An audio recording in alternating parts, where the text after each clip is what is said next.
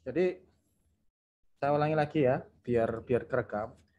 Form ini adalah form turunan dari CAP 533 PJ PJ06/2000, yang mana ini adalah form atau statuta yang intinya secara regulasi, yang tadi kata Mbak Givani, regulasi ini sudah ditetapkan urutannya seperti ini. Tapi menarik saat disebutkan dijadikan disubsidi. Apakah ekstraksi nilai bangunan ini sebelum atau sesudah penyusunan waktu? Sebenarnya nggak masalah. Ini ditempatkan di sebelum atau sesudah penyusunan waktu, asal saat saat menentukan depresiasinya dilihat. Kalau dia posisinya sebelum penyusunan waktu, berarti RCE-nya depresiasinya itu adalah tahun transaksi. Tahun transaksi. Tapi saat dia itu diekstraksi setelah penyusunan waktu, berarti depresiasinya adalah setelah pada tahun penilaian. Nangkep nggak Mas ya? Aduh, saya belibet ngomongnya nih. Nangkep nggak Mas? Coba bisa dilangin, Pak. Oke. Saat ekstraksi nilai bangunannya sebelum penyusunan waktu, ini kan nilai bangunan kan RCN dikurangi depresiasi kan? Iya, Pak. Depresiasi itu kan dari tahun dibangun sampai tahun tahun tertentu kan. Tahun tertentunya ini saat nilai saat diekstraksi sebelum penyusunan waktu itu adalah tahun transaksi. Misalnya transaksi 1 bangunannya dibangun tahun 2000. Transaksinya tahun 2019. Kemudian penilaiannya tahun 2021. Saat kolom ini berada di ekstraksinya sebelum penyusunan waktu, maka ya, depresiasinya menggunakan tahun 2019 di tahun transaksi terjadi. Jadi kita mendapatkan nilai tanah di tahun transaksi terjadi. Kemudian baru tanahnya disesuaikan waktunya. Tapi saat ekstraksi nilai bangunannya itu setelah penyusunan waktu, misalnya penyusunan waktu di sini ya, kemudian di sini ekstraksi nilai bangunan, maka depresiasinya yang digunakan lama depresiasinya yang digunakan adalah tahun 2000 sampai 2021. Visualisasi datanya ketangkep nggak Mas? Iya, Pak, paham, Pak. Terima kasih, Pak. Jadi kenapa dibuat begini?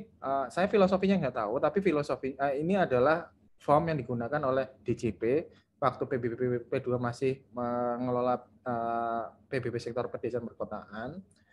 Rujukannya ini. Kemudian regulasi ini diturunkan oleh Pemda.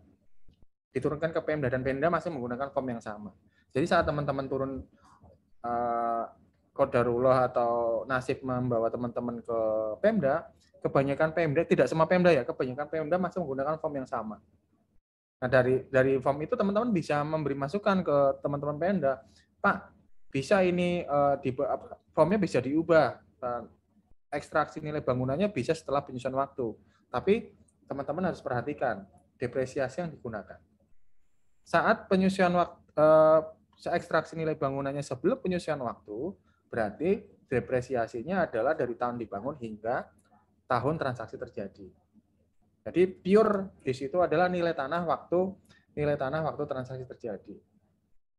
Nah,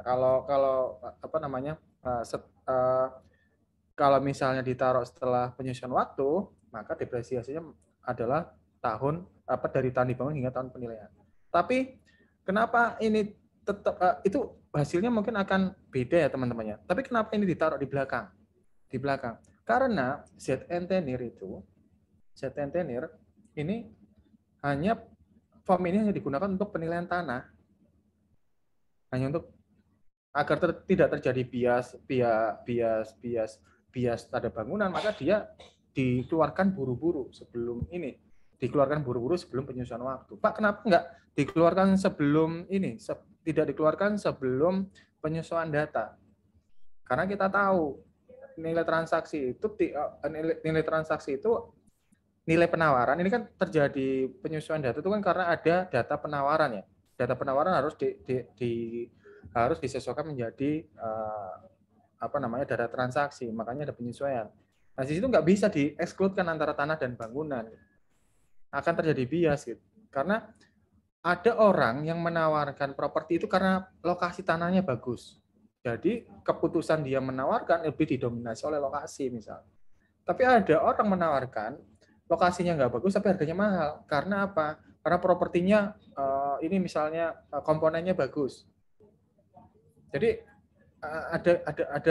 ada dominasi seseorang mengambil keputusan saat penawaran itu ada berat karena bangunannya yang keren atau karena lokasi tanahnya yang oke. Nah, seperti itu. Nah, ini sebenarnya dipelajari di teman-teman nggak dapat sih ya. Nanti kalau D4 manajemen aset dan manajemen aset publik itu belajar di pengantar penilaian properti dasar. Apa ya mata kuliahnya saya lupa. Sama metode penilaian. Teman-teman nggak dapat. Nah, di situ filosofi terkait ini dipelajari. Nah, cuman di sini simpelnya ya, dari penjelasan saya yang ruwet tadi, simpelnya adalah sebenarnya bisa dibuat penyesuaian ekstraksi nilai bangunannya setelah penyesuaian waktu. Tapi yang jadi pembeda adalah ini depresiasinya. Depresiasinya berarti teman-teman harus menyesuaikan dengan penilaian. Kurang lebih begitu. Terus tadi mohon maaf, pertanyaan yang kedua saya ini terlupa. Boleh diulangi, Mas? Boleh nggak Pak, data acuan ini digunakan? Oh iya. Oke, nice. Nanti saya ambil ini ya. Ini misalnya kita ada data seperti ini, kemudian anggap aja nih blok ya. Anggap aja ini blok, sorry, kepencet. Ini blok sendiri, ya. Ini blok sendiri. Nah, di sini dia karena cuma satu buat data acuan kan, data berapa nih? 7. Kemudian 8. Terus Mas tanya, boleh ini misalnya di sini misalnya AE misalnya. AE mau buat data acuan, Pak. Data ke-9, data ke-10, data ke-11. Boleh nggak, Pak, yang 7 ditarik ke 9? Maksudnya gitu kan ya? Nah, sebenarnya tidak ada yang melarang, Mas. Cuman kondisinya ini kan posisinya adalah penilaian individu dalam tanda kutip sederhana. Kalau dia itu penilaian individu dalam tanda kutip sederhana tadi, berarti data pembandingnya harus apa? Harus data real yang benar-benar transaksi terjadi. Maka mau nggak mau dia harus menggunakan data yang transaksi sebenarnya. Walaupun nanti ada kelemahan ya, bisa jadi data terkait itu jauh banget dari objek data acuan tadi. Nah, kurang lebih gitu, jawaban sederhananya seperti itu, Mas. Saya nggak bilang nggak boleh, cuman kondisinya adalah kalau kita melakukan penilaian individu atau penilaian properti, pasti kan kita mencari transaksi real ya, yang benar ya. Ya, ini analoginya dibawa ke sini. Jadi dia nggak bisa pakai data acuan ini, tidak bisa menjadikan data acuan lainnya sebagai acuan. Jadi kalau misalnya data acuan ini bias, jadi double bias lah. Analogi sederhananya seperti itu. Kan teman-teman tahu ya, persentase itu kan bisa mengandung bias ya. Karena kadang-kadang kita nembak, kadang-kadang kita menggunakan data yang mungkin nggak relevan dan sebagainya. Jadi untuk mengurangi kebiasaannya kita menggunakan data real. Walaupun ada kelemahannya, bisa jadi data realnya sangat jauh karakternya, sangat jauh lokasinya, yang menyebabkan penyesuaiannya jadi besar. Kalau di penilaian individu, kalau nggak salah, ada dosen yang bilang kalau misalnya penyesuaiannya sampai sekian persen itu datanya nggak reliable. Walaupun secara textbook nggak ada ya, kayak misalnya penyesuaiannya sampai 70 sampai 90% itu data pembandingnya nggak reliable, itu harusnya cari yang yang serupa, setipe gitu. Cuman kan teman-teman udah saya suruh praktek cari data kan, sesulit itu cari data. Nah, ini dalam implementasi di penilaian massal, khususnya untuk kepentingan PBB sektor P2, ini statuta lagi, Mas. Tidak secara filosofi. Secara statuta, gunakan data pembanding dari zona yang lain. Benar-benar data transaksi real. Nah, kemungkinan biasanya ada pertanyaan tambahan nih.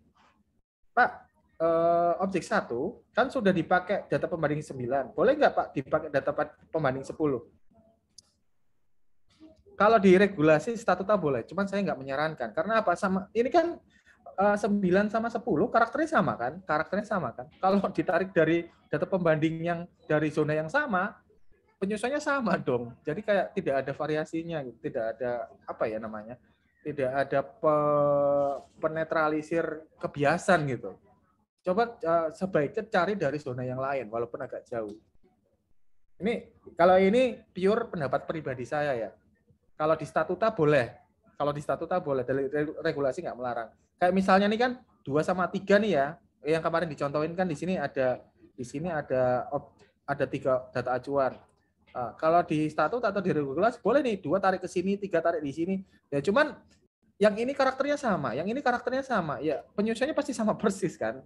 Kalau saya sarankan dari kalau saya mengerjakan sendiri atau saya sarankan ambil dari zona yang lain. Pak, Bapak mengatakan seperti itu apa? Itu tajid knowledge saya waktu dulu mengimplementasikan ini gitu.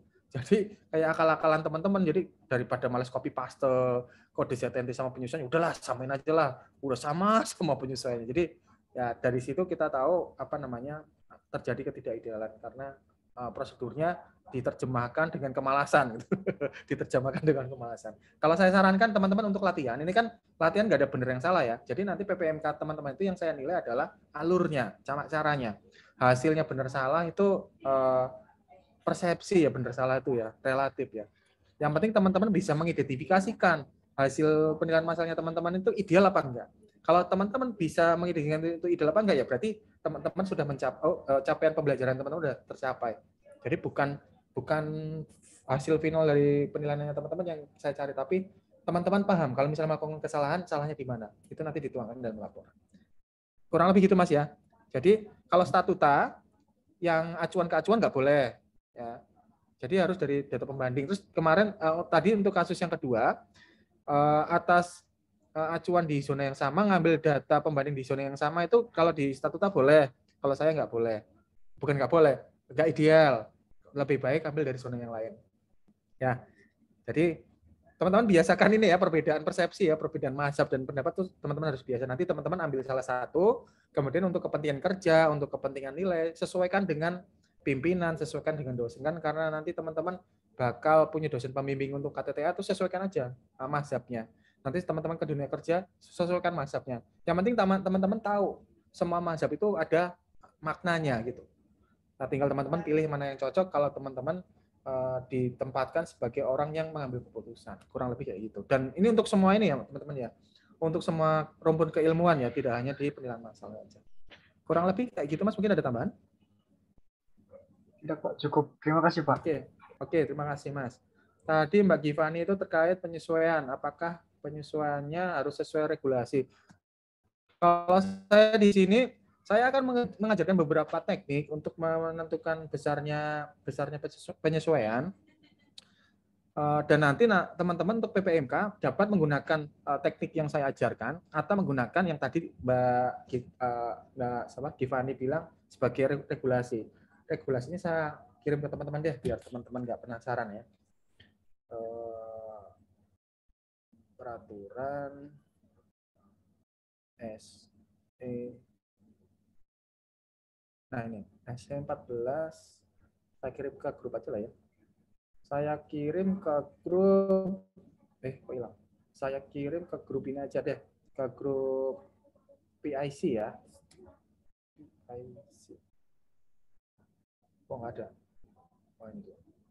Nanti teman-teman PIC tolong sebarkan ke ini ya, sebarkan ke teman-teman kelas ya. Atau mungkin udah punya?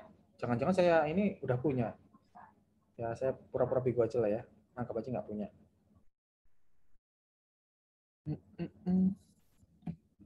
Tolong diedarkan ke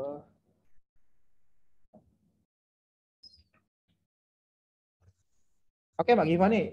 Jadi nanti kalau untuk PPMK silahkan pakai cara yang saya gunakan, pakai regulasi yang Mbak Givani masukkan, atau menggunakan teknik-teknik yang diajarkan di mata kuliah penilaian serupa. Misalnya di penilaian properti residen kemarin, tentunya kan dosen sudah mengajarin tekniknya ya, boleh menggunakan itu. Kurang lebih gitu Mbak Givani.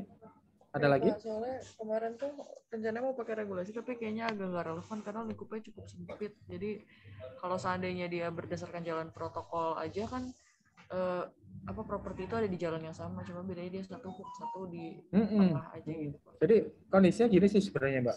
Itu sebenarnya guidance ya, guidance ya. Jadi statuta yang berlaku di atau regulasi yang berlaku di DJP. Kita sebagai penilai ya, kita di sini di kelas ini itu sebenarnya sebagai penilai independen yang tidak bersertifikasi ya. Nah, itu kita bisa mengimplementasikan berdasarkan pengetahuan atau knowledge yang kita punya. Kurang lebih gitu. Oke, ada pertanyaan lagi? Oke, siap Bapak, makasih Pak. Oke, sekarang kita akan coba sedikit praktik ya. Kemarin saya udah buat itunya, lupa naruh, bentar ya. Mana nih? Lupa saya siapkan. Kekaisan, ajaran.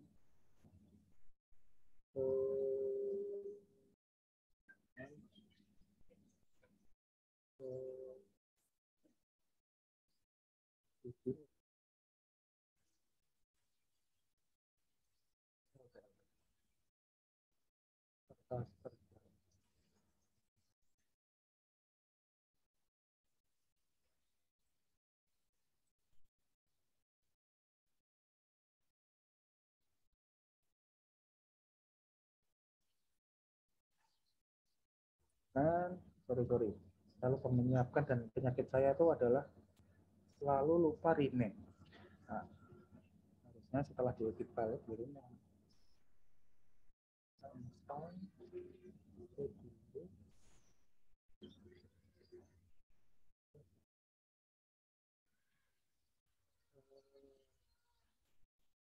Oke. Kemudian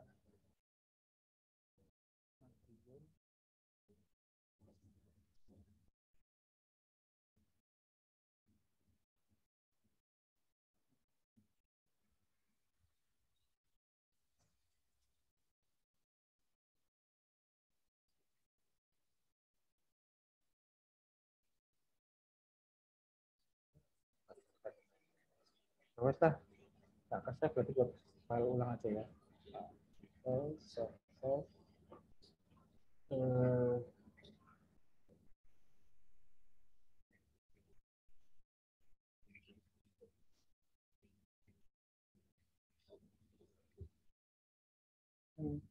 PPM 504 ya.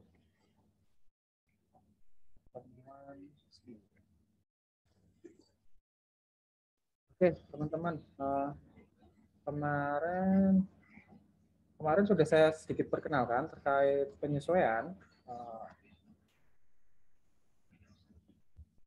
Nah ini contoh-contoh teknik-teknik penyesuaian.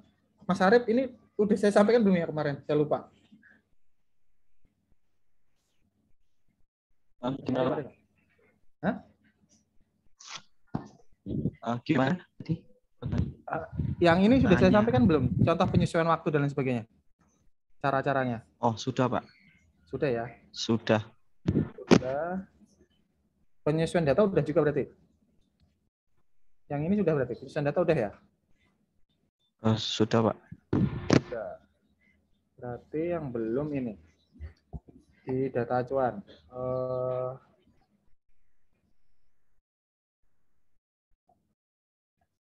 Nah, saat kita membuat data acuan kan kita menggunakan, kita harus memberikan angka penyesuaian ya teman-teman ya.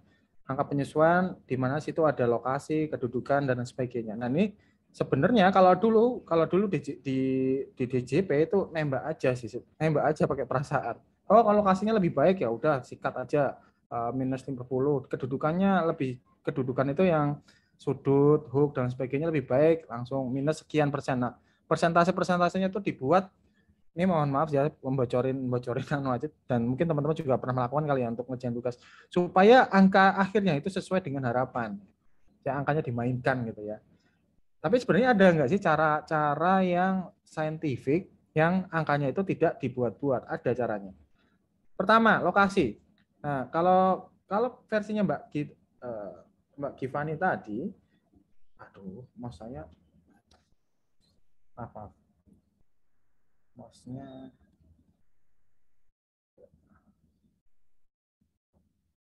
Nah, kita ambil contoh lokasi sekarang ya. Lokasi. Gedein dikit. Lokasi. Nah, saat kita ingin apa namanya ingin membuat penyesuaian lokasi, teman-teman tentukan kriteria lokasi itu bagaimana. Nah, lokasi itu bagaimana? Lokasi biasanya lokasi itu dikaitkan dengan jenis jalannya. Oh, kalau dia di jalan gede, misalnya jalan protokol misalnya, jalan protokol dianggap lokasinya bagus. Pak, bingung mengisikan jalan protokol ya, mungkin gini aja deh biar gampang. Jalan muat 6 mobil gitu ya, misal aja ini. Terus jalan muat 3 mobil, 4 mobil. Jalan ini analogi aja teman-teman ya. Jalan muat 3 mobil. Oke, jalan muat jalan 2 mobil. Terus jalan 1 mobil sama gang. Misalnya gang. Nah, ini mungkin kebanyakan kali ya. Teman-teman bisa simplifikasi sih. Pilih kira-kira yang mana yang populernya, mungkin yang ini hapus deh. Kebanyakan. Apa yang 3 sama 4 atau biarin aja nggak apa-apa sih. Nah, pertama-tama teman-teman harus cari apa? Harus cari transaksi. Transaksi atas objek yang ada di jalan 6 mobil. Transaksi yang ada di jalan 4 mobil. Transaksi di jalan yang ada 3 mobil. Misalnya, kalau yang di jalan per mobil ini harga tanah per meternya misalnya 5 juta. Ini kita ambil contoh simpel aja ya, 5 juta. Kemudian kalau yang 4 mobil anggap aja 3 juta aja. Kalau yang 3 mobil, kok mau nilai sih? 3 juta. Yang ini 3.000, 2.000, yang ini 1.500. Yang ini 750, yang ini misalnya 300. Misal aja nih, misal aja. Terus bagaimana Pak menentukan penyesuaiannya? Nah, teman-teman buat seperti ini, ditaruh, kita buat yang namanya matrik. Klik kanan.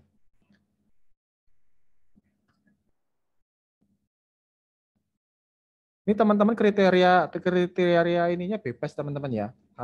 Karena di statuta tidak dijelaskan kriterianya harus seperti apa. Tapi di SE yang tadi saya share itu dia memberikan contoh. Sebenarnya itu hanya memberikan contoh. Kenapa memberikan contoh? Karena karakter daerah itu beda-beda gitu. Ada jalan yang enggak ada, daerah yang tidak ada jalan sebesar 6 mobil misalnya. Ada yang ada.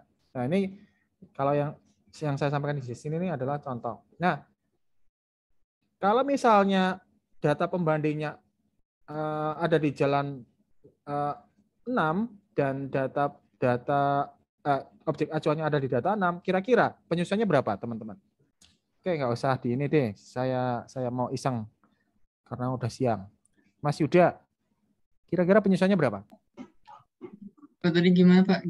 Objeknya jalan 6 mobil, terus yang menyesuaikan di jalan 6 mobil gitu Pak. Kira-kira penyesuaiannya berapa? 0%. Oke, nice, 0%.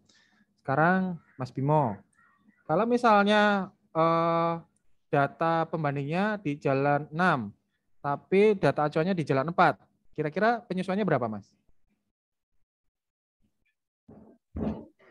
5% Pak.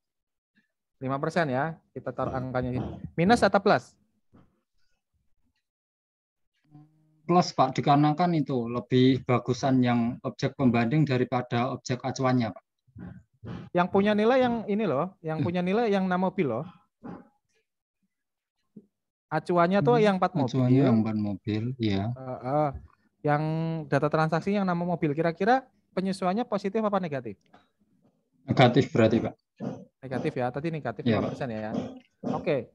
Sebenarnya ada cara yang lebih saintifik atau lebih ilmiah. Kan kita sudah punya data transaksi nih, dan teman-teman belum tentu punya sih sebenarnya ya.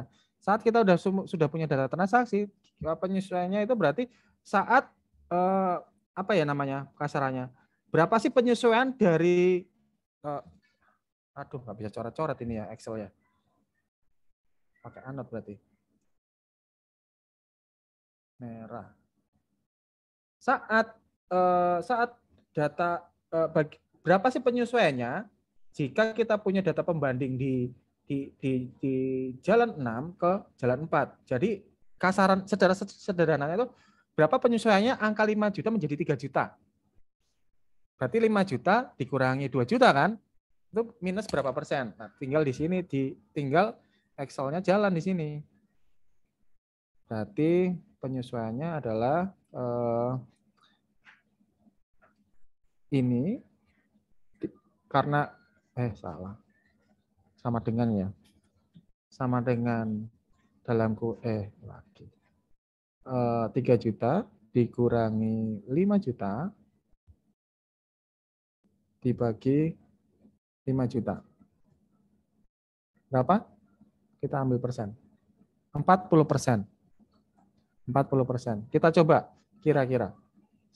Sama dengan 5 juta dikali dalam kurung 1 ditambah 3 juta. Mudah enggak ya maksud saya ya? Nangkep enggak Mas Bimo? Nangkep enggak Mas Bimo? Jadi karena kita punya data, kita punya kenyataan data atau data historis kenyataan bahwa saat di jalan protokol di jalan 6 mobil itu 5 juta dan di jalan 4 mobil itu 3 juta, berarti saat kita punya data acuan di 6 mobil, data pembanding di 6 mobil, kalau dibawa ke data acuan yang 4 mobil berarti nilainya harus dikurangi kan, minus. Minusnya seberapa besar? Karena kita punya data benchmark ya kita pakai rumus yang tadi. Jalan 4 mobil dikurangi jalan 6 mobil dibagi jalan 6 mobil. Jadi penyesuaiannya. Jadi nanti saat menemukan data harganya 10 juta di jalan 6 mobil, kemudian data acuannya di jalan 4 mobil, maka penyesuaiannya adalah 40%. Pak kok gede banget, Pak? Ya ini saya menganalogikan ininya dulu, menganalogikan alurnya dulu. Oke, Mas Bimo dapat nggak poinnya Mas Bimo? Yang 3.000 tadi gimana Pak? Mohon diulangi Pak. Yang 3.000 ini pembuktian aja. Kalau misalnya saya punya data transaksi 5.000, kemudian data acuannya di jalan 4, kira-kira kalau disesuaikan minus 40% itu jadi berapa sih? Kan tadi udah masuk rumus kan jadi 3.000 kan? Berarti penyesuaian ini sudah sesuai dengan data historis. Mas dapat nggak ya? Nggak apa-apa kalau nggak dapat sampaikan aja, biar saya ulangin lagi. Terus kalau terkait pembuktian itu diperlukan atau tidak Pak? Dalam penyantumannya itu. Yang tadi itu yang sebelahnya 40% kan enggak. Itu Bapaknya 3.000 pembuktian. Enggak perlu. Itu cuman buktiin aja bahwa bener nggak sih 5.000 5.000 itu kalau dikurangi 40% jadi 3.000 itu pembuktian aja. Enggak harus dicantumkan di sini maksud saya. Maksudnya dicantumkan di kotak kuning ini kan maksudnya? Enggak perlu. Oke, makasih Mas Bimo. Mbak Givani sekarang coba. Terima kasih juga Pak penjelasan. Mbak Givani, kalau misalnya dibalik sekarang, data pembandingnya objek 4. Nah, kemudian data acuannya jalan objek 6, jalan di jalan 6 mobil. Kira-kira penyesuaiannya berapa Mbak Givani? Jadi berarti lebih gede ya Pak? Plusnya berapa kira-kira? Plusnya 40%. Nah, ini yang kadang-kadang jadi yang kita dulu belajar waktu saya D3 belajarnya seperti ini. Tapi sebenarnya enggak 40%. Nah, gimana logikanya ya? Logikanya kan gimana caranya angka 3.000 ini jadi 5.000? Kira-kira ditambah berapa persennya 3.000? Nah, misalnya 3.000 ditambah 40%-nya 3.000 kira-kira berapa? Misalnya sama dengan 3.000 dikali 1 plus 40%. Kalau dibalik angkanya nggak jadi 5.000 teman-teman. Jadinya 4.200. Jadi analogi minus jadi plus itu sebenarnya kurang tepat. Dan nggak masalah, itu yang dulu saya pelajari waktu D3. kata dosen saya, kalau misalnya jalan 6 ke jalan 4 min 40 berarti jalan 4 ke jalan 6 adalah 40. Ternyata enggak. Nah, ini saya dapatkan dari Mas PI.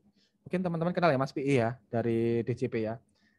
Nah, jadi bagaimana Pak cara mencari angkanya ya? Berarti sama dengan 3.000. Karena yang mau diubah itu 3.000, berarti 5.000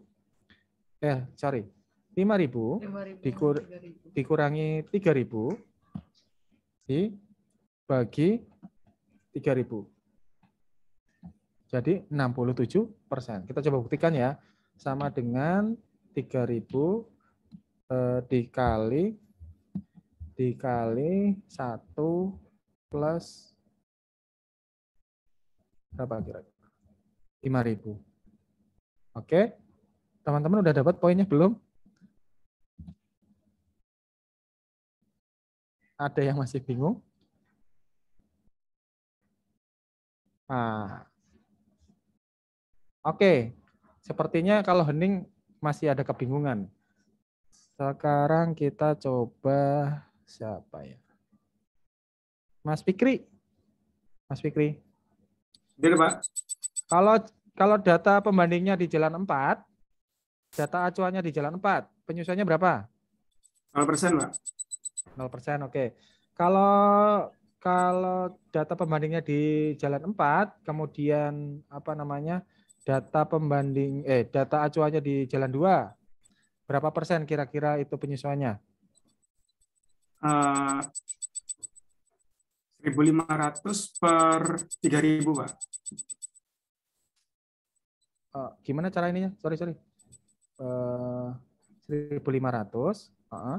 per 3.000 min 1.500 per 3.000. Kebalik Mas, 1.500 min 3.000 ya. dibagi 3.000. Jadi min 50%.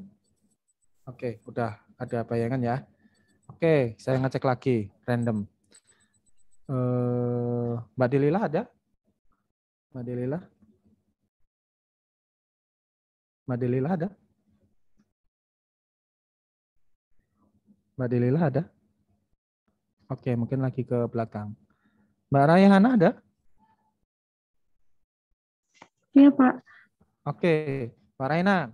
Kalau misalnya data pembandingnya di gang, kemudian data acuannya di jalan 3, berapa penyesuaiannya?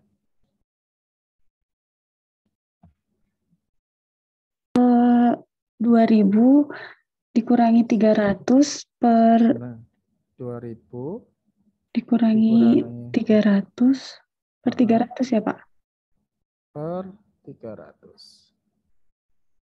Nah, jadi di sini ada sekitar nah, ada yang aneh nggak Mbak dari angka yang Mbak buat ini? Iya, Pak. Benar nggak? Gede Apa banget. yang aneh? Gede banget. Jadi karena memang jauh banget ya dari gang ke 3 mobil gitu ya. Ya enggak, ya memang begitu keadaannya Mbak, memang begitu keadaannya. Oke. Positif negatifnya udah oke ya. Logikanya udah jalan ya, positif negatifnya ya. Sekarang Mas Rifki. Mas Rifki ada enggak? Ya, Pak. Oke, Mas Rifki, jalan 2 ke jalan 1, berapa?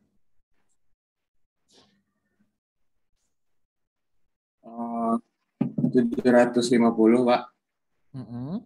Dikurang 1.500. 750 dikurang 1.500.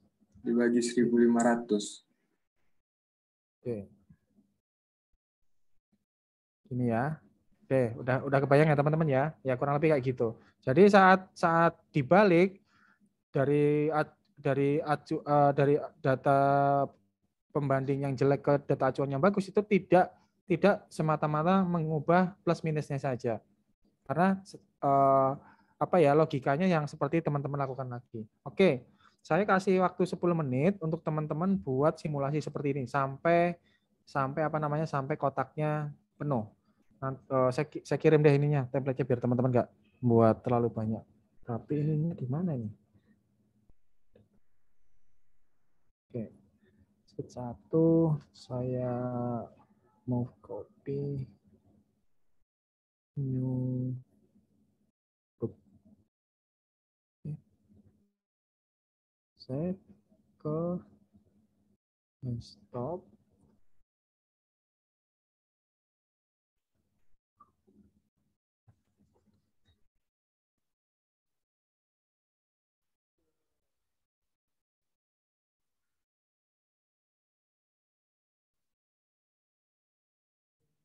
Ke kelas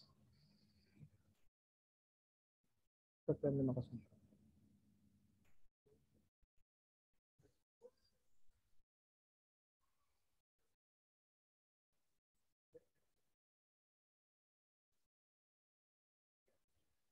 Nah, teman-teman silakan lengkapi tabel itu plus teman-teman buat yang untuk apa sih namanya untuk penyesuaian kedudukan, jenis penggunaan, bentuk bidang sampai ke jenis hak. Oke, Pak, ininya apa aja? Teman-teman coba saya bebaskan. Kedudukan itu apa aja, didefinisikan sebagai apa aja, kemudian jenis penggunaan sebagai apa aja, bentuk bidang sebagai apa aja, teman-teman saya bebaskan. Nanti kita diskusikan hasilnya. Karena idealnya teman-teman yang satu dengan yang lainnya hasilnya beda. Sampai sini ada pertanyaan nggak? Izin bertanya, Pak. Monggo. Berarti yang kita kerjakan habis ini itu yang ngelanjutin tadi dulu atau sama yang tadi ditambahin juga? Yang tadi ditambahin, dilengkapin kotak-kotaknya. Nah, nanti setelah itu teman-teman kan tinggal pakai template-nya, tapi kriterianya beda. Angkanya teman-teman buat angkanya teman-teman buat beda juga. Ya. Oke. Nanti kita coba terapkan di kertas kerja. Apakah angkanya make sense apa enggak? Baik, Pak. Berarti sementara ini lanjutin yang jalan tadi dulu gitu ya, Pak? Baru Ya, nanti... yang jalan diselesaikan. Atau gini nih kan kalau terlalu banyak ya, ada 1, 2, 3, 4, 5, 6, 7. Nah, karena ada 7, kayaknya kalau teman-teman buat ini ya, dibagi 7 kelompok aja deh. Teman-teman ada berapa sih? Sebentar, kok saya jadi bingung. Teman-teman ada berapa ini? Ada di portal 28. Ada 28 dibagi 7, pas. 28 dibagi 7 berapa? 4 ya? Oke. Urut aja 1 sampai 4. 1 sampai 4 mengerjakan kedudukan. Terus 5 sampai 8 5 sampai 8 mengerjakan jenis penggunaan. Terus seterusnya sampai ke jenis hak. Nah, yang enak nih jenis hak aja nih, cuma ada 3 biasanya. PPBJ, HGB, sama SHM. Lebar sisi depan paling apa namanya satuan meter. Tinggi dari paras jalan bisa dibuat klasifikasi 10 cm, 20 cm, dan seterusnya. Keluasan bisa dikategorikan juga bisa. Luas sekian sampai sekian, sekian sampai sekian. Terus bentuk bidang juga kotak, segitiga, trapesium, beraturan, tidak beraturan. Kemudian jenis penggunaan bisa untuk perindustrian, bisa sawah, kemudian kawasan komersil, perumahan. Kedudukan ini yang tadi hook, di gang, kemudian besuk sate, pinggir, tengah, model-model gitu ya. Oke, ada pertanyaan nggak teman-teman? Dikerjakan itu dulu. Nanti kita terapkan di apa namanya di kertas kerja penilaian. Oh iya teman-teman, mohon maaf nih. Teman-teman kalau nggak salah minggu lalu sebenarnya nggak saya minta ngerjain tugas ini ya, PR ya. Cuman kayaknya terinspirasi kelas sebelah jadi apa namanya jadi ngerjain ya. Mohon maaf jadinya ada kerjaan. Oke, dikerjain itu dulu deh. Saya kasih waktu sekitar 10 menit aja lah ya. Gampang kok itu ya. Mau saya buat break room aja nih biar teman-teman bisa diskusi di ruang masing-masing. Ada 7, silakan teman-teman masuk ke ruang sesuai pembagian tadi. 7. Oke, monggo. Open all room.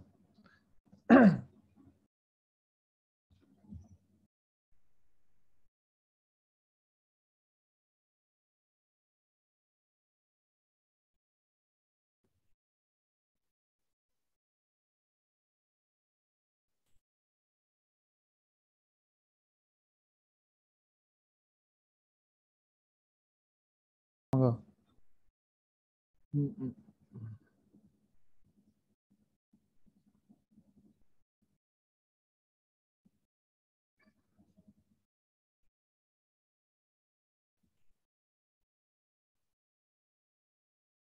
nggak, Mbak? Share. Silakan. Sudah terlihat belum, Pak? Sudah, monggo. Tadi itu diskusi yang di apa? Itunya tuh dapatnya hook, tengah sama tusuk sate. Hook itu yang paling mahal karena kan biasanya hook itu 2 muka, terus apa namanya, Pak? Betul. Apa terdapat kelebihan tanah gitu ya, Pak? Terus tengah yang kedua, terus tusuk sate yang terakhir tuh karena kan di Indonesia biasanya banyak kepercayaan yang masalah. Berarti Mbak termasuk yang percaya ya? Enggak terlalu, Pak. Oke, lanjut. Oke, analoginya seperti ini, oke. Dari hook ke hook otomatis 0, hook ke tengah berarti nilainya dikurangi ya, sekian. Hook ke tusuk sate sekian. Oke, teman-teman yang lain ada yang mau komentar terkait ini? Untuk teman, apakah ada kriteria kedudukan yang lain yang teman-teman anggap perlu ditampilkan di sini? Monggo. Nggak ada. Udah oke nih. Berarti. Oke, monggo. Oke, Pak, saya menanggapi. Monggo, Mas. Ya, maksudnya saya menanggapi oke gitu, Pak. Sial, kerjain saya kamu. Oke. Ada lagi yang lain? Nggak ada? Oke, nggak ada. Jadi, menurut kelompoknya Mbak Nisa, ini adalah dia membagi kedudukan jadi hook, tengah, tusuk sate. Tapi di beberapa literatur juga disampaikan ada yang lokasinya itu di gang di Jalan Buntu. Itu biasanya lebih disukai karena posisinya dia memberikan privacy lebih tinggi. Contohnya misalnya saya kasih anot aja ya biar ada gambarnya. Ini jalan ini Jalan Buntu nih ya, Jalan Buntu ya. Ini ada objek rumah nih. Ini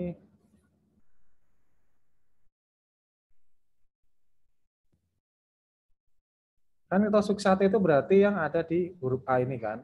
Tengah ini di B, C, D, E. Kemudian di sini ini ada Jalan Buntu nih. Nah, ini biasanya ada orang yang preferensinya tuh beli rumah di Jalan Buntu seperti ini karena yang satu lebih aman, lebih privacy, nggak ada orang lalu lalang dan jalan di depannya itu bisa dijadikan tempat parkir. Ini contoh, maksud saya pengen nunjukin bahwa sebenarnya tidak harus 3 ini, mungkin bisa 2 saja, mungkin bisa 4, bisa 5 tergantung hasil analisis pasar di daerah masing-masing. Pak, di daerah saya antara tusuk sate tidak berpengaruh, Pak, ya berarti teman-teman membuat kriterianya cuma 2. Loh Pak, ini gimana sih Pak? Yang benar yang mana Pak? Yang 2, yang 3? Nah, dalam konteks regulasi itu tidak diatur teman-teman, dan di akademik juga tidak diatur. Jadi teman-teman bisa membuat kriteria secara leluasa. Jadi kedudukan ini bisa yang lazim 3 ini, tapi bisa cuma 2, tengah sama tusuk sate misalnya, atau tengah sama hook, itu tergantung karakter dari properti di area masing-masing. Kurang lebih gitu. Kelompok 1 ada pertanyaan nggak? Sebelum saya lanjutkan ke kelompok 2. Nggak ada ya? Kalau nggak ada boleh di-close. Kelompok 2, monggo. Nggak usah monggo deh, nanti tunjuk-tunjukkan lagi ya. Mending saya tunjuk aja sekalian kan. Oke, kelompok 2 siapa ya?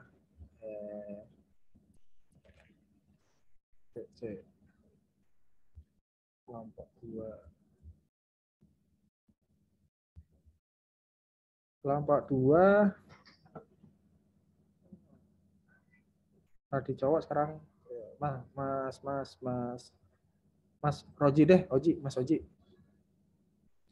Mas Oji ada nggak? Izin share screen, Pak. Monggo.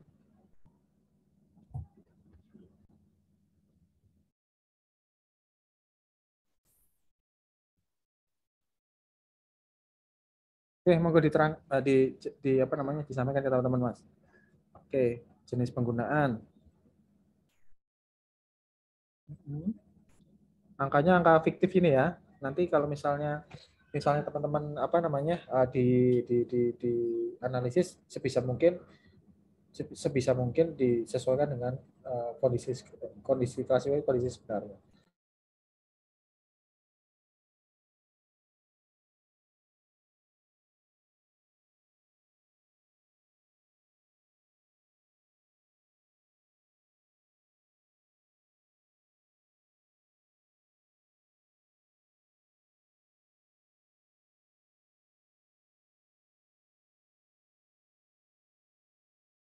Saya udah ngoceh belum di unmute ternyata. Sial. Oke, teman-teman, apa namanya? Ada nggak yang perlu dikritisi dari klasifikasi penggunaan yang ditampilkan Mas Oji? Monggo, kelompok 1 dipersilakan. Ada nggak yang pengen dikritisi? Ada nih, saya temukan 1.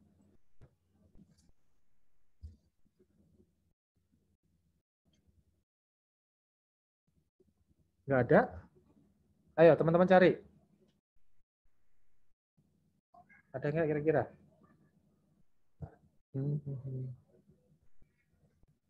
Izin Oke, iya monggo. Komersial biasa nilainya lebih tinggi nggak ya, Pak? Dari residensial. Nah ini 1. Sama Kita tanya ke kelompok kedua. Kira-kira antara residensial dan komersial itu tinggian mana sih nilai tanahnya? Biasanya, lazimnya aja deh. Kan kita nggak bisa. Harusnya yang komersial, Pak. Hah? Gimana? Halo? Residensial versus komersial biasanya yang komersial lebih tinggi, Pak. Nah ini kalau yang digambarkan teman-teman ini kira-kira sudah lazim apa enggak? Belum Pak. Maaf Pak, soalnya kami baru selesai. Soalnya tadi baru ngerjain yang sebelumnya. Oke, nggak apa-apa. Berarti nanti tinggal di replace aja ya, yang komersial di atas, residential di bawah. Kurang lebih gitu. Dan ini misalnya teman-teman buat analisis ini di daerah teman-teman juga diperhatikan, karena nggak semua daerah ada industrialnya. Bisa jadi pertanian, bisa jadi perkebunan, ya, bisa jadi tanah ladang, bisa jadi apa ya?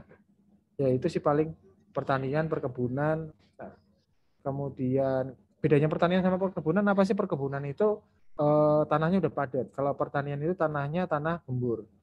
Saat mereka dijual mau diganti peruntukannya, maka kalau yang untuk tanah pertanian itu perlu effort untuk mengeraskan tanahnya, butuh biaya lagi di sana, pengerasan, pematangan lahan ya istilahnya ya.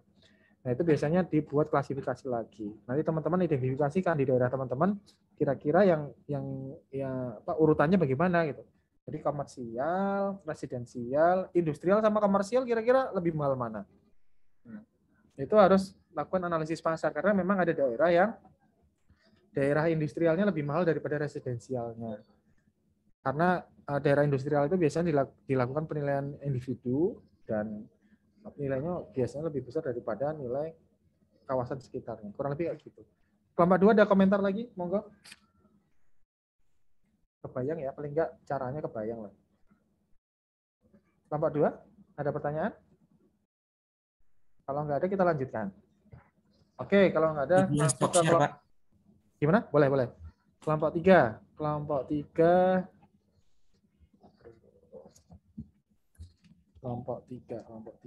Langsung saya tunjuk aja.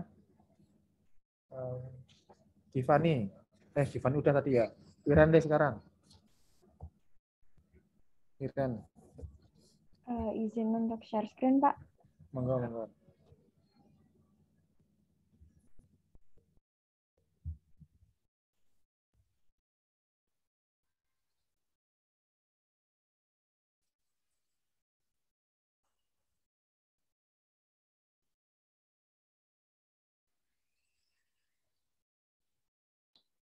Apa sudah terlihat, Pak? Sudah. Oke. Persegi lipat. Persegi sama persegi lipat. Ya ini nggak apa-apa sih. Teman-teman kan secara spontan yang buatnya. Oke lanjut. Coba jelaskan, Mbak. Iya, ini tadi sebenarnya saya bingung antara persegi sama persegi panjang ini dijadiin satu apa dibedain. Tergantung daerah sih sebenarnya. Oke. Ya. Terus akhirnya ini kami milihnya dapatnya ini di sini ada persegi, persegi panjang, trapesium berbentuk selain tiga bentuk ini sama tidak berbentuk. Terus untuk nilai tertingginya ada di persegi, untuk nilai terendahnya di tidak berbentuk. Terus hasilnya sekian, Pak. Ya, kurang lebih seperti ini ya, udah kebayang ya. Jadi kadang-kadang teman-teman tuh lebih suka ini sih membaginya menjadi 3 biar lebih simpel. Segi 4 itu bisa trapesium, bisa persegi, bisa persegi panjang, tapi yang penting sisinya 4 datar. Kemudian beraturan sama tidak beraturan. Tapi tergantung daerahnya masing-masing. Ya, tapi paling enggak teman-teman udah kebayang ya cara membuat penyesuaiannya ya seperti ini ya. Syaratnya adalah yang di kolom B ini datanya ada syaratnya. Dan ntar ada syarat tambahan. Kalau untuk bentuk ini, transaksinya ada di area yang sama. Karena saat dia ada di zona yang berbeda, unsur persegi dan persegi panjangnya dipengaruhi unsur lokasi. Nah, mumet lagi kan. Ya, paling nggak teman-teman ngerti dulu deh. Oke, lanjut. Kelompok lain ada komentar? Kalau nggak ada, lanjut ke kelompok selanjutnya. Joshua udah. Hilal sekarang. Ada Hilal? Ada, Pak. Benar. Pak, mohon maaf, saya izin bertanya, boleh nggak? Boleh. Terkait yang bidang tadi, itu yang tidak beraturan itu yang kayak gimana ya, Pak? Apa kayak lingkaran gitu? Tidak beraturan itu ya benar-benar nggak ketahuan dia segi berapa, Mbak. Kasarannya seperti itu sih. Karena ada beberapa daerah, kalau udah pernah kuliah di kampus nggak, Mbak? Sudah, Pak. Ada ya, semester 1 ya. Semester 1. Dapat 2 semester atau 1 semester sih? 1 semester. 1 semester, iya. Menurut Mbak, PKN STAN itu bidangnya berbentuk apa? PKN STAN. Secara keseluruhan, jadi kesatuan. Segi 4 kan? Ya, Pak? Kayak kan tembus dari depan ke belakang kayak tanda apa? Bidang, bukan akses, bidang. Bidang PKN STAN, kalau dilihat di Google Map, itu Google Street atau Google Map itu kan kelihatan area kampus STAN tuh. Iya. Area, ini kalian. Nah, itu bentuk bidangnya apa kira-kira? Persegi kayaknya, Pak. Tapi persegi. Yakin persegi. Nih. Saya lihatnya kayak nggak tahu nih, Pak. Kampus ini kayaknya. Persegi. Itu nggak beraturan, Mas. Mbak, PKN STAN itu nggak beraturan. Oh. Nggak beraturan. Nanti coba cek ya, kalau penasaran cek ke Google Map. Nah, itu nanti area, kalau di Google Map itu ada area di yang diwarnai lebih gelap hijau itu areanya PKN STAN itu nggak beraturan, nggak ada sudutnya malah itu. Ya, itu salah satu contoh. Kemudian yang nggak beraturan itu kayak sawah, persawahan, daerah persawahan itu jarang. Daerah persawahan di Bali misalnya yang pakai teras iring itu jarang banget yang persegi, pasti tidak beraturan. Karena kondisi kontur wilayahnya yang tidak memungkinkan untuk membentuk kepemilikan dalam bentuk persegi. Itu biasanya untuk daerah-daerah yang konturnya tidak rata biasanya. Nah, kurang lebih. Kalau untuk daerah-daerah yang rata sih biasanya bidangnya persegi. Tapi tetap ada. Kalau orang kayak PKN STAN aja kan nggak, PKN STAN aja nggak bidangnya nggak persegi kan, walaupun itu ada di Bintaro. Ya, itu contoh aja sih, Mbak. Persegi itu ya bidangnya itu tidak bisa didefinisikan itu loh, Mbak. Kotak bukan, segi 6 bukan, segi 8 bukan gitu kan. Nah, itulah tidak beraturan. Kurang lebih gitu, Mbak. Ada lagi enggak, Mbak? Udah, Pak. Terima kasih. Oke. Saya mau bertanya, Pak. Oke, monggo. Ini apa nih? Tadi kelompok yang sebelumnya kan, Pak, ada dibuat yang berbentuk gitu kan, Pak kan? Habis trapesium berbentuk. Nah, yang berbentuk itu maksudnya gimana, Pak? Soalnya kan yang di atasnya kan sudah berbentuk, udah ada bentuknya kayak persegi, trapesium. Yang itu gimana? Menurutnya teman-teman yang di kelompok sebelumnya itu berbentuk tapi tidak sesuai bentuk yang sebelumnya. Contohnya segitiga. Ada nggak di bentuk sebelumnya? Nggak ada kan? Segi 6, segi 8, layang-layang. Mungkin gitu ya, Mbak ya? Ya, jadi mungkin kita bisa mendefinisikan bentuknya tapi tidak termasuk yang 3. Sedangkan kalau tidak bisa terdefinisi bentuknya berarti sampai yang terakhir. Dan nanti kalau teman-teman buat ya nggak plek-jiplek sama Mbak Iren ya, sesuai dengan keadaan di lapangan. Simple boleh, rigid boleh, tapi saya sarankan simple aja. Gimana, Jas? Aman? Aman, Pak. Terima kasih. Oke, kelompok selanjutnya. Udah kelompok berapa tadi?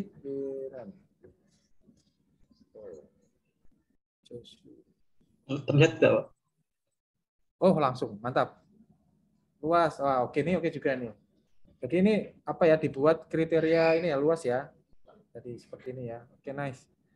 Ini nggak usah dijelasin lah. Dan kriterianya bagaimana, Pak? Ini ya berdasarkan semakin luas semakin mahal. Ngarang. Beneran.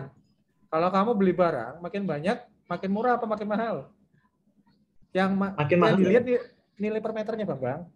Bukan nilai keseluruhan. Walah. Ya. Kalau nilai per meternya makin mahal makin murah. Nilai ecerannya lah. Nilai satuannya lah. Kalau makin luas makin murah. Iya enggak? Iya, Pak. Kalau belajar analisis pasar properti nggak sih? Kayaknya pernah disinggung dari situ. Gimana? Ya, Pak. Udah. Bener. Ada nggak nyinggung-nyinggung ini ya? Kalau yang per meter itu ya, Pak? Kayaknya kok nggak ada, Pak. Ya intinya kalau kita beli barang borongan, nilai satuannya tuh jadi lebih murah daripada beli ketengan, pasar kasarnya itu. Kamu ngerokok nggak? Kamu beli rokok satu slop sama satu kotak itu lebih murah satu slop per batangnya. Tapi kalau kamu beli batangan, benar-benar batangan sama satu kotak lebih murah satu kotak. Nah itu analoginya seperti itulah kasarannya. Karena yang dilihat harga transaksi ini, yang dilihat adalah harga transaksi per meter persegi, bukan harga transaksi keseluruhan. Gitu. Ya. Dan ini pakainya luasnya mungkin gini ya, sekian sampai sekian kali ya. Kan ini di atas 3.000 sampai 4.000 nih maksudnya kan kali yang nomor 14 nih ya. Nah, ya nggak usah dianu sih, ini saya nyampaikan aja. Kalau berarti kan yang 13 ini kan di atas 4.000, yang 14 ini 4.000 sampai 3.000 gitu kali ya. Terus yang 15 ini 3.000 sampai 2.000. Jadi pakai rentang luas ya. Oke, boleh ditutup. Gak ada pertanyaan lah kalau inilah ya. Ya, Pak. Makasih, Pak. Oke. Kelompok selanjutnya. Kelompok selanjutnya ditunjuk aja nih berarti. Oke.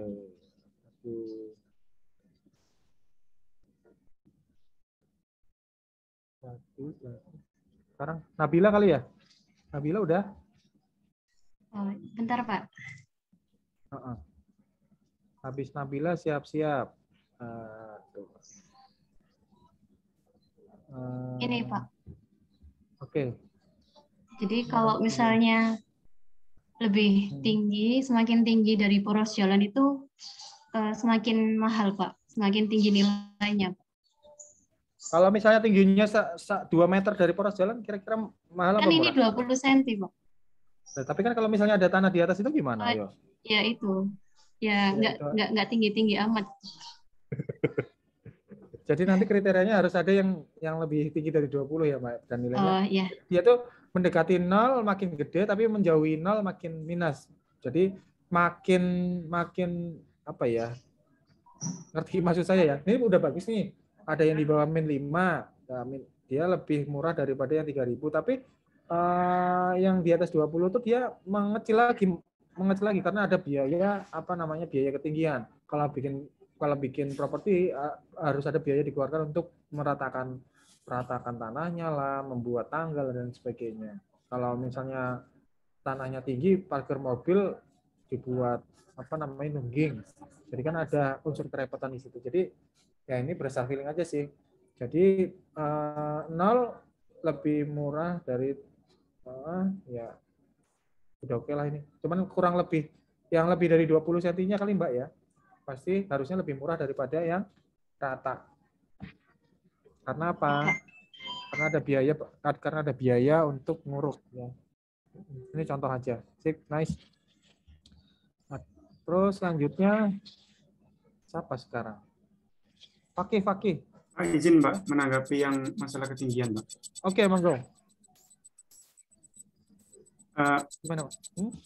Izin tanya, saya waktu penilaian residensial itu ya Pak, sempat kan ada penyesuaian juga untuk tinggi gitu. Nah, itu penyesuaiannya itu ada yang pakai itu Pak, apa namanya, biaya untuk pengurukan. Jadi pakai berapa biaya yang digunakan untuk meninggikan, andaikan memang ketinggiannya itu di bawah, atau kalau nggak gitu gimana menyesuaikan sama kayak yang ketinggiannya lebih. Jadi contoh ketinggiannya 0 gitu. Kemudian ditinggikan. Nah, itu pakai urukan. Itu bagaimana, Pak? Terima kasih, Pak. Pakai cara itu juga boleh. Pakai cara itu udah boleh. Jadi kalau yang lebih tinggi dari 0 berarti biaya perataan kan. Kalau lebih kurang dari 0 berarti biaya pengurukan. Boleh. Pakai analogi yang itu juga boleh. Pakai mekanisme yang ini juga boleh. Kalau yang ini berarti pakai data historis. Kalau yang tadi berarti pakai cost ya. Cost pematangan tanah ya, biaya pematangan tanah. Pakai cara itu juga boleh. Nah, tapi teman-teman kan harus tahu persentasenya kan, biayanya kira-kira berapa gitu kan. Nah, itu yang teman-teman harus create di situ. Pokoknya teman-teman kalau misalnya di penilaian residensial sudah ada analogi atau penyesuaian yang dibentuk secara saintifik, gunakan itu juga nggak masalah. Kalau teman-teman memakai SE 14 tahun 2020 juga boleh ya. Yang penting teman-teman udah ada dasarnya. Jangan dasarnya dari kata Pak Adet jangan. Tapi sesuai dengan apa namanya? Karena ini kebetulan belum ada literaturnya ya. Saya susun tapi belum bisa terbit karena masih berantakan. Kalau misalnya sudah ada literaturnya, buku-buku yang ditulis teman-teman dosen, yang dirujuk adalah bukunya, bukan dosennya gitu, bukan slide-nya. Nah, ini kelemahan di PKN STAN, teman-teman agak kesulitan membuat literatur sehingga teman-teman mahasiswa saat mencari rujukannya adalah dosen PPT itu secara ilmiah, secara akademik itu tidak bisa diterima gitu. Misalnya teman-teman nulis KTTA, terus pakai kertas kerjanya dosen, terus disampaikan di KTTA ini yang berdasarkan kertas kerja dosen itu nggak bisa sebenarnya. Teman-teman harus merujuk ke satu literatur tertulis. Bisa regulasi, bisa prosedur, bisa buku, bisa modul. Sayangnya di PKN STAN barangnya belum lengkap. Terima kasih Mas atas masukannya, sudah mengingatkan juga. Oke, saya tutup lagi. Monggo, kelompok selanjutnya. Terakhir. Tutupnya gimana sih? Kelompok selanjutnya. Oh, bentar. Tadi lah cowok semua ini. Ya, terpaksa cowok. Yuda. Monggo Yuda. Izin saya screen, Pak.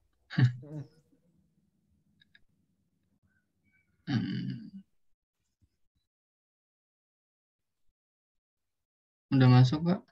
Sudah, boleh digedein dikit. Oke, nice.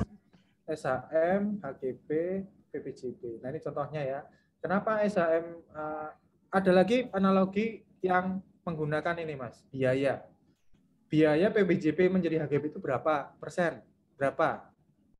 Kemudian HGB ditingkatkan ke SHM itu biaya berapa? Bisa gunakan itu juga penyesuaiannya. Ya, analoginya kayak tadi urukan. Iya. Nah, menggunakan ini juga boleh, tapi menggunakan analogi yang tadi juga bisa. Kurang lebih gitu. Oke, boleh di-close. Teman-teman ada pertanyaan? Gak ada lah ya, gak ada. Saya mau rapat soalnya. Rapat lah kepala lab. Aduh, puyeng saya. Oke, teman-teman. Minggu ini, teman-teman udah belajar teknik penyesuaian. Nah, teman-teman terapkan di kertas kerja penilaian. Dan teman-teman pasti akan menemukan kejanggalan. Karena kalau penyesuaiannya itu digabung, nilainya bisa jadi ratusan, bisa jadi ribuan. Nah, nanti kita minggu depan diskusi sekalian memperkenalkan pendekatan quality rating ya teman-teman ya. Quality rating. Quality rating nanti berkaitan dengan yang teman-teman lakukan tadi. Merating suatu karakter properti. Oh, kalau SHM itu lebih tinggi dari HGB, HGB lebih tinggi dari PPJB, itu nanti digunakan, perankingannya itu digunakan di quality rating. Ranking, membuat ranking. Gampang kok, tenang aja. Dan untuk tugas minggu ini adalah teman-teman membuat sketsa peta ZNT. Kemudian dikumpulkan agar saya bisa mengevaluasi sketsa peta ZNT-nya teman-teman agar di PPMK tidak terjadi tidak terjadi yang kekeliruan yang tidak perlu lah ya, kekeliruan yang tidak perlu sehingga nilainya bisa optimal. Oke, sebelum saya tutup ada pertanyaan teman-teman, monggo. Saya izin bertanya, monggo.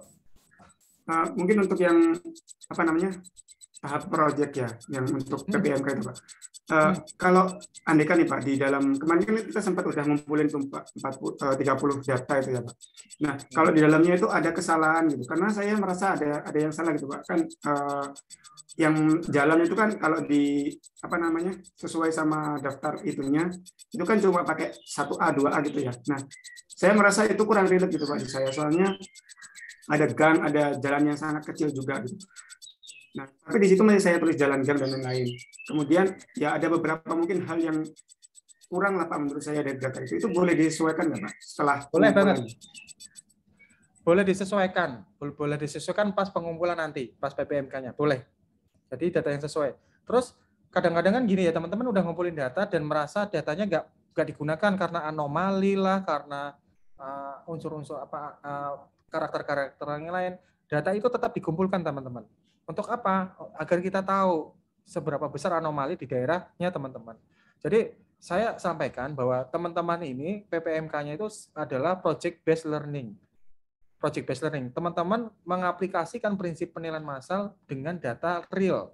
Makanya teman-teman dicicil kemarin untuk mengumpulkan data properti. Nah, ini kemarin ketua angkatannya teman-teman udah WhatsApp saya, Pak, apa model UAS-nya? Saya bilang PPMK.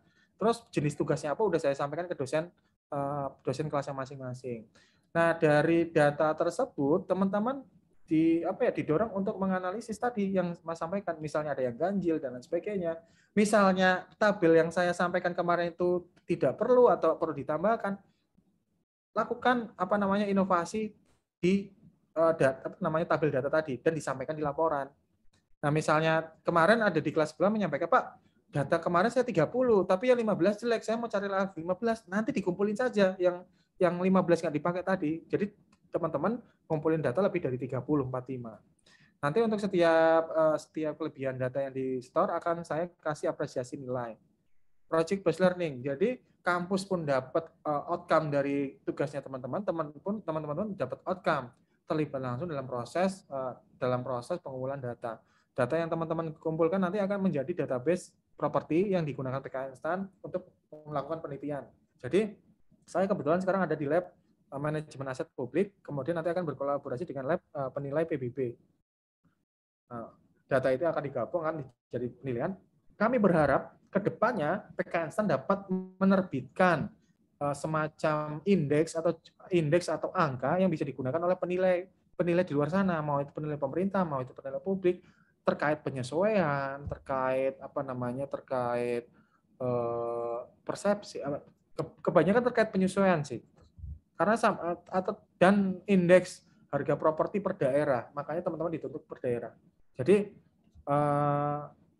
teman-teman ini secara nggak langsung berkontribusi terhadap dunia penelitiannya PKN Instan. Dan saya mendorong teman-teman untuk melakukan secara langsung itu data real. Dan saat teman-teman terdapat perbedaan dengan teman-teman yang lain nggak masalah, karena kebetulan penilaian massal ini textbooknya masih jarang banget. Saya berencana menginisiasi supaya PKN Instan punya textbook, dan datanya teman-teman dan kakak tingkatnya teman-teman adalah sebagai data awal untuk menyusun buku dan menyusun penelitian di bidang penilaian massal. Kurang lebih gitu, Mas. Jadi monggo Mas, saya sangat appreciate kalau misalnya Mas aware terdapat kejanggalan atas data yang Mas kumpulkan di sebelum UTS kemarin ya Mas ya, agar diperbaiki. Oke, ada lagi yang lain? Mungkin? Pak, untuk tugas itu Pak, konsep petazian intinya itu boleh pakai Word aja nggak Pak di cara-cara boleh. Gitu? Kalau saya sarankan pakai ini aja Mas, pakai PPT, lebih gampang coret-coretnya. Pakai PPT, kalau mau bagus pakai free tool. Jadi teman-teman bisa membuat poligon secara bebas, nggak pakai arsiran itu. Kemudian kalau buat poligon udah pernah bisa kan waktu AutoCAD kan, itu bisa diterapkan di itu insert free tool, nanti buat poligon, kemudian di transparannya sekitar 50-60%. Jadi kalau misalnya foto citra udara masih kelihatan bawahnya, ya pakai ini aja, pakai PPT aja, ya pakai itu bisa juga sih pakai Word. Berarti bebas. Pakai QGIS itu bisa juga berarti kalau pakai poligon? Emang bisa. Cuman kan teman-teman nggak saya ajarin. Kalau dua kakak tingkat kalian yang semester lalu sih, Hilal dan kawan-kawan itu pakai Quantum GIS mereka. Cuman saya kan nggak ngajarin. Saya ngajarin Quantum JS karena banyak materi dasar yang perlu saya input ke teman-teman, itu aja sih. Sebenarnya bisa pakai. Kalau Mas bisa pakai Quantum JS, pakai Quantum JS monggo. Yang penting yang dilaporkan ininya saja, reportnya aja, bukan file Quantum JS-nya, reportnya aja. Oke, teman-teman yang lain ada? Aman lah ya. Oke, mungkin itu dari saya. Mohon maaf kalau ada kesalahan. Misalnya ada yang pengen didiskusikan, nanti disampaikan saja. Tadi itu adalah salah satu teknik dalam penentuan penyesuaian, dan tekniknya sebenarnya masih banyak dan nggak semua teknik saya kuasai. Saya juga masih tahap belajar. Saya awalnya dosen PPN karena kebutuhan organisasi saya bergeser jadi dosen penilai. Untungnya dulu alumni D3 penilai, jadi saya cuma recall aja.